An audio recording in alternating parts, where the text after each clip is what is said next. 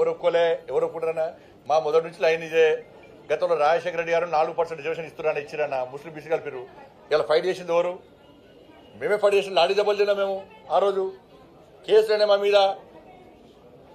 ఈ కొంతమంది దరిద్ర బీసీ కొన్ని సంఘాలు ఉంటాయి, వాళ్ళు కొమ్ము కాశారు. ఇలా ఎవరికి అన్యాయం జరిగింది? జిహెచ్ఎంసీ ఎన్నికల్లో అన్యాయం ఎవరికి జరిగింది?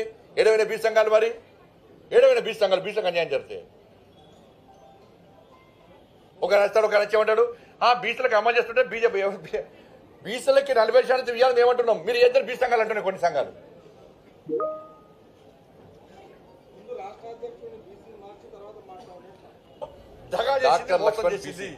లక్ష్మణ్ గారు అంత ముందు దత్తాత్రేయ గారు కూడా బీసీఏ. అంత ముందు చలపతి గారు కూడా బీసీఏ. ఉండడం కూడా బండి సంజయ్ కూడా బీసీఏ.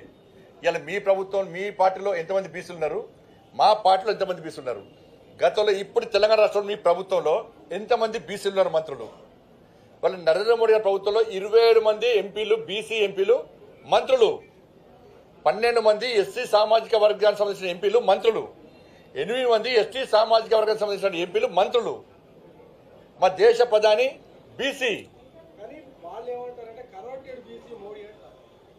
ఆ బీసీని, మోడీ కులాన్ని బీసీగా మార్చింది ఎవరు? గుర్తించింది ఎవరు? 40 సంవత్సరాల క్రితము కాంగ్రెస్ పార్టీ ప్రభుత్వమే కదా. మరి మోడీ గారు కన్వర్ట్ అంటే రాహుల్ గాంధీ గారు వాళ్ళ తాత ఏ జాతే? పార్సీ జాతికి సంబంధించిన ఫిరోజ్ గాంధీ మనవాడు. వాళ్ళ తల్లి ఏ జాతి? ఇటలీకి చెందిన క్రైస్తవురాలు. మరి రాహుల్ గాంధీ గారు కన్వర్ట్ క్రిస్టియనా, కన్వర్టెడ్ ముస్లిమా, కన్వర్టెడ్ హిందువా? చెప్పాలి. మోడీ గారు పక్కా హిందూ. మీ కాంగ్రెస్ పార్టీ వాళ్ళని బీసీలో గుర్తించింది, వాళ్ళ కులాన్ని బీసీలో వచ్చింది, పక్కా బీసీ. నేను క్లారిటీ ఇచ్చిన. మరి రాహుల్ గాంధీ గారు కన్వర్టెడ్ క్రిస్టియనా, కన్వర్టెడ్ ముస్లిమా, లేకపోతే హిందువా? చెప్పండి.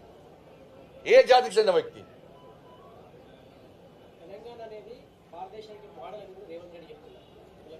ఇప్పుడు మోడల్ అదే వస్తుంది. ఇప్పుడు దేశవ్యాప్తంగా అదే చేద్దాం అనుకుంటున్నారు. ఇక్కడనే అడ్డుకోకుంటే ఈ విషవృక్షము దేశవ్యాప్తంగా నాడదామని చూస్తున్నాం. కాబట్టి ఇక్కడనే భారతీయ జనతా పార్టీ పక్క అడ్డుకొని తీరుతామేమో.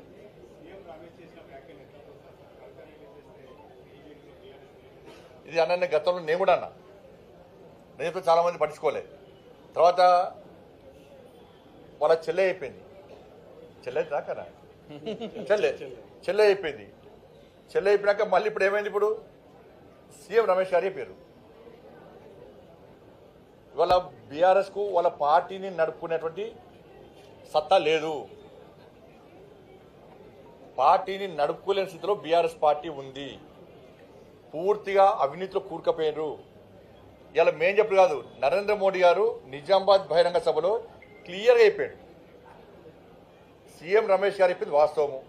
అసలు ఇంకో విషయం చెప్తా మీకు. ఇవాళ కేసీఆర్ కొడుకు టికెట్ ఇవ్వలే ఫస్ట్ టైం. కేసీఆర్ గారు టికెట్ ఇవ్వలే. అక్కడ సుధాకర్ గారు పోటీ చేస్తే ఇదే కేసీఆర్ కొడుకు పోయి సీఎం రమేష్ గారు కలిసి, నాకు మన పార్లమెంట్ కలిసినప్పుడు ఇప్పుడు సీఎం రమేష్ గారు చెప్తే సీఎం రమేష్ గారు వచ్చి కేసీఆర్ కలిసారు. అరే కేటీఆర్ పోటీ చేస్తారంటే వద్దు అక్కడ గెలవడు అని చెప్పన్నారు. అక్కడ కేకే మహేందర్ గారు గెలుస్తారు, ఈయన గెలవడు అన్నారు. గెలవడు అన్న కేసీఆర్ సీఎం రమేష్ గారు ఎట్లా ఒప్పించారు? కేసీఆర్ గారు ఒప్పించి సుధాకర్ గారు డ్రా చేయించారు.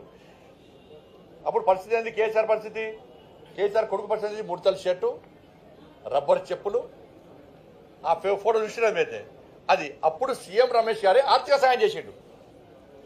సీఎం రమేష్ గారే ఈ కేసీఆర్ కొడుకు ఆర్థిక సాయం చేసిండు. సీఎం రమేష్ గారు చేసిన ఆర్థిక సాయంతోనే నువ్వు ఎమ్మెల్యే అయినవు. ఇవాళ ఇది ఫ్యాక్ట్. ఇది బీఆర్ఎస్ నడుపుకోలేని స్థితిలో నువ్వు బీజేపీలో విలీనం చేద్దామనుకున్నావు. నరేంద్ర మోడీ గారు నిజామాబాద్ సభ వేదికగా క్లారిటీ ఇచ్చిండు. కేసీఆర్ గారు నారికి వచ్చిండు, నాకు ఆరోగ్యం బాగలేదు, నా కొడుకును ముఖ్యమంత్రి చేస్తా అని చెప్పన్నాడు. నేను క్లియర్గా మాది వారసత్వ రాజకీయాలకు మేము వ్యతిరేకం, మేము ఎట్టి బస్లో దాన్ని సహించము, మేము సపోర్ట్ చేయమని చెప్పి నరేంద్ర మోడీ గారు క్లారిటీగా చెప్పిండు. ఆ రోజు చెప్పిండు, బహిరంగ సభ వేదికగా చెప్పిండు. మేము మొదటి సీఎం రమేష్ గారికి అదే చెప్పారు. ఎందుకంటే వారసత్వ రాజకీయాలకు వ్యతిరేకం, మేము అవినీతికి వ్యతిరేకం, ఇవాళ బీఆర్ఎస్ పార్టీ ఏంది? ఎవరి పార్టీ బీఆర్ఎస్? బిడ్డ, కొడుకు, అల్లుడు, ఇంకా సరకుడు కొడుకు, తండ్రి, వీళ్ళ పార్టీ బీఆర్ఎస్ పార్టీ. ఎట్లా ఒప్పుకుంటాం మేము? దేశంలో కాంగ్రెస్ పార్టీ యొక్క వారసత్వ రాజకీయాల వ్యతిరేకంగా మేము ఫైట్ చేస్తున్నాం మేము. కాబట్టి నేను మళ్ళీ చెప్తున్నాను, మళ్ళీ పూర్తిగా అవినీతి కూరుకుపోయింది ఇవాళ బీఆర్ఎస్ పార్టీ.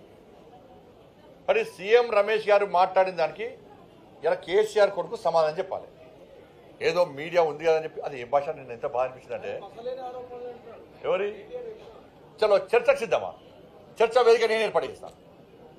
మీరు కరీంనగర్, హైదరాబాద్ చలో డే టు టైం కేసీఆర్ కొడుకుని డిసైడ్ చేయమను. సీఎం రమేష్ గారిని రమ్మంట, నేను ఇన్వైట్ చేస్తా. నువ్వు వస్తావా? రేవంత్ రెడ్డి గారి సంబంధమే. తప్పించుకునే మాట చెప్పకు. మళ్ళా నువ్వు తప్పించుకునే మాట లేదో అందరు ఇంటర్వ్యూ అని చెప్పకు. నువ్వు సీఎం రమేష్ గారు సవాల్ చేసి నీకు సీఎం రమేష్ గారిని నేను ఇన్వైట్ చేస్తా. కరీంనగర్ వేదికనా, హైదరాబాద్ వేదికనా, చర్చకు నువ్వు సిద్ధమా? ఆయన చెప్పినటువంటి అనేక విషయాల మీద చర్చకు నువ్వు సిద్ధమా? పాపం సీఎం రమేష్ గారికి కేసీఆర్ కొడుకు నాస్తి కూడా తెలియదు. అందుకే నువ్వు నవీన దేవుడు అంటే నేను ఫోన్ చేసిన నిన్న అన్న, నువ్వు అట్లా పెట్టకే దేవుడిని ఒట్టు పెడతారని ఆస్తి కూడా దేవుడు నమ్మ నాస్తి కూడా చెప్పిన. చర్చకు సిద్ధమా కేసీఆర్ కొడుకు? చెప్పు. వేదిక మేము ఏర్పాటు చేస్తాం. దాని కావాలి తప్ప వాళ్ళ దీనికి రేవంత్ రెడ్డి గారికి సంబంధం ఇలా. ఆ భాష ఏందన్నా, నిన్న ప్రభుత్వం చాతకంతనం, ముఖ్యమంత్రి ఎవరన్నా కానీ అన్న, అరే హౌలే అట, అరే హౌలే. కలెక్టర్లు నిన్న కలెక్టర్ కానీ వన్ అయ్య కానీ అట, పోలీసోడు. ఇది కేటీఆర్ కొడుకు వాడే భాష, ఇది కేసీఆర్ కొడుకు వాడే భాష. కలెక్టర్ కానీ వన్ అయ్య కానీ అట. ఇది అన్ని భాష? ఇది తెలంగాణ భాషనా? ఇది తెలంగాణ యాసనా? ఇది